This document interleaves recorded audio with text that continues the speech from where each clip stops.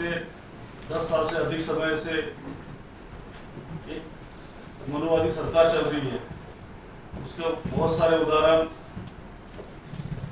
हम सभी रोज रोज नए नए तरीके से देखते हैं। उसी प्रकार से लास्ट समर सेशन में जब मोदी सरकार ने वक्फ बोर्ड में संशोधन बिल लाया,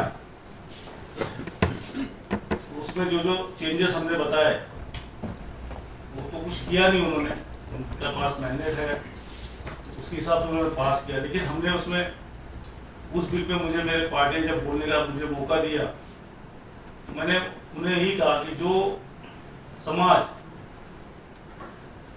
वक्फ बोर्ड में कहीं पे भी संशोधन की मांग नहीं कर रहा है उसको आप संशोधन कर रहे हैं, लेकिन पूरा भारत देश का बौद्ध अनुयायी ये बीटी एक्ट 1949 में संशोधन मांग रहा है, उसको न करते हुए आप वक्फ बोर्ड कर रहे हैं।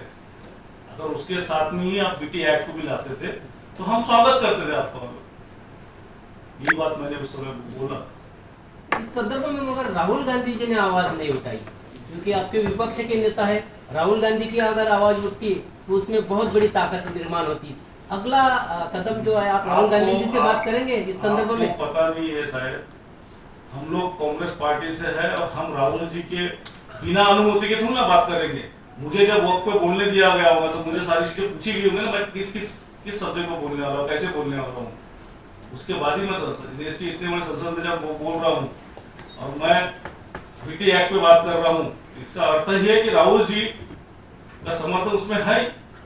और आपको उदाहरण ये बताऊँ, हमारे जितने भी, चाहे वो अमरावती के खासदार हो वानखेड़े जी, मुंबई के खासदार वर्षा गायकवाड़, वरीयती सिद्धदेव, सारे हमारे जितने अम्बेडकर विचार के जितने भी सांसद है, उन्होंने सारे सबने संसद में वो विषय रखा है और हमारी पार्टी और हम सब लोग एक साथ में। राज्यपाल जी ने वहाँ पे पूजा पाठ की है, विशेष महत्व रहता था, ऐसा आपको लगता नहीं? हर विषय पे राहुल गांधी जी बोल पाए, इतना समय भी उनको नहीं दिया जाता ना, उनका भी माइक बंद होता है, हमारा जैसा माइक बंद होता है वैसा उनका माइक आने वाले। राज्यपाल जी ने वहाँ पे संसद में माइक नहीं है सर, सिर्फ संसद में ही माइक नहीं है, माइक बाहर भी है। हाँ बिल्कुल। राज्यपाल जी ने वहाँ पे पूजा पाठ की है, उसके संदर्भ में क्या कहेंगे? सर, राज्यपाल जी संवैधानिक पद पर बैठे हुए हैं, अब उनकी जवाबदारी है, जो भी संवैधानिक पद पर बैठा है, मैं भी संवैधानिक पद पर बैठा हूँ। मैं राज्य खासदार जब बात करता हूँ तो मुझे सारे धर्मों को लेकर चलना है, ना कि एक धर्म को मैं आगे बढ़ो दूसरे धर्म को पीछे खींचो। ये काम करने का मेरी जवाबदारी नहीं है, वो पंडित पुजारियों का काम है। संवैधानिक पद पर बैठते हुए सभी धर्मों की भावना एक जैसी समाज के रखने की जवाबदारी संवैधानिक पद की है। उन्होंने संवैधानिक पद की अवहेलना की है।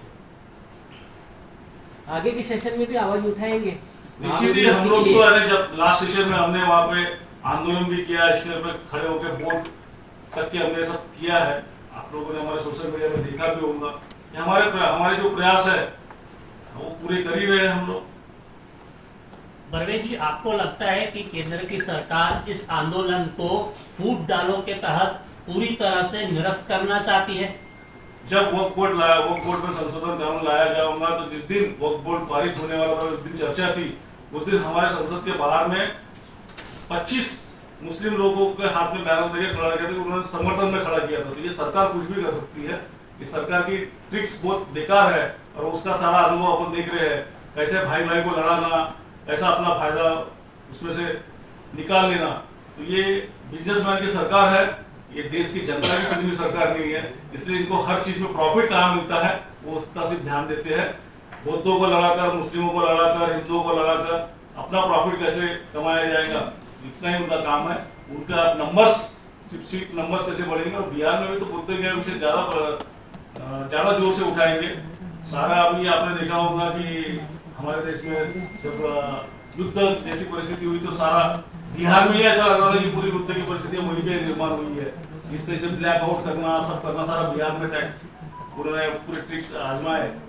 और वो बिहार अभी इलेक्शन में मोड में है, तो हमें कुछ ज्यादा वो करने देंगे ऐसा तो लगता नहीं, क्योंकि इलेक्शन के बाद ही होंगे जो होंगे। आपके पास में महाबोधि महाविहार का मुद्दा है, वो मुद्दा तो हम लोग ले ही रहे हैं। हम तो देश के संसद में इतने बड़े विषय पे लिया है और हमारा दुर्भाग्य बोलेंगे कि जो बुद्धिस्ट मिनिस्टर रहने के बाद में भी वो आवाज नहीं उठाता, जैसे हमारे भाई साहब ने बोला कि राहुल गांधी जी नहीं बोलते, हमारे देश के जो संसदीय मंत्री है किरण रिजिजू जी, उनसे भी आपने प्रश्न पूछना चाहिए कि वो क्यों नहीं आवाज उठाते, वो भी एक बुद्धिस्ट है, क्यों नहीं पूछते उससे? सारा जवाबदारी का विपक्ष की है क्या? विपक्ष तो अपना काम कर रहा है, मीडिया कहाँ लेती है उनको? राहुल जी जो बोलते हैं वो सारी चीजें करते हैं, ऐसा कुछ भी नहीं कहीं भी कुछ बोल दिया वोट किए तो ना बात करते हैं। जिस दिन आपको लगेगा उस दिन राहुल जी साथ में खड़े रहेंगे आपके। परवेज साहब, महाबोधि महाविहार मुक्ति आंदोलन के प्रति आपकी क्या राय, क्या सोच है? निश्चित ही जिसका जो हक है वो उसे मिलना चाहिए।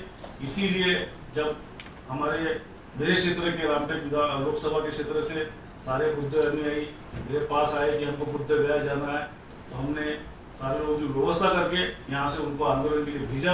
लेकिन वहाँ पर जाने के बाद में बहुत सारी चीज़ों की सब घटना उन्होंने मुझे बताया, तो हम निश्चित ही उसलिए प्रयासरत है कि जल्द से जल्द पीटी एक्ट कायदा में संशोधन हो और जिसका जो अधिकार है वो उसे मिले। फिर से आपके तरफ से कोई होंगे संसद के सामने आंदोलन वगैरह कुछ करेंगे? निश्चित ही हम लोग हमारे प्रयास निरंतर करते रहेंगे। जहाँ तक बुद्ध गया भी जाने की बात आएंगी तो मैं खुद बनते जी को अभी आश्वस्त कर देता हूँ कि जिस दिन उनको जरूरत पड़ेगी उस दिन आवाज दो कि हम बुद्ध गया भी खड़े हो जाएंगे, जाके संसद में तो है ही, उनके साथ भी खड़े रहेंगे कंधे से कंधा मिला। नहीं, आप संसद में भी लड़े तो बहुत है। लड़ ही रहे हो तो लड़ ही रहे हो, उसमें क्या है? वो तो मेरा आने कर्तव्य है। मैं शेड्यूल कास्ट रिजर्व सीट से चुनकर आता हूँ, बुद्ध अनुयायी ने मुझे मतदान किया है, मेरा प्रथम कर्तव्य है कि उनको न्याय दिलाना। धन्यवाद। ठीक है।